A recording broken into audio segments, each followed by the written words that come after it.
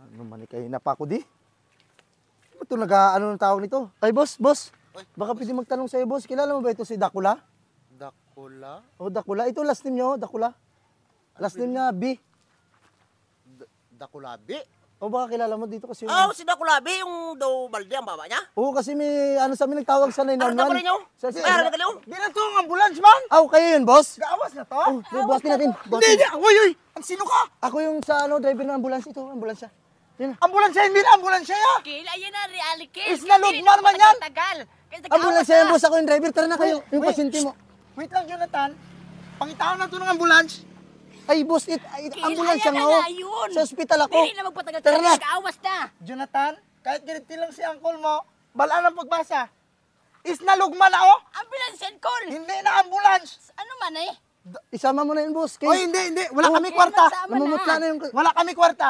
Tiis lang, Jonathan, ha? Wait lang. Hindi yan. Is na lugma yan, oh. Hindi yan ambulance. Boss, pag ito, boss, inano mo doon sa salamin, nakabaliktad yan siya, oh. O, baliktarin mo yung ulo mo ganyan, oh.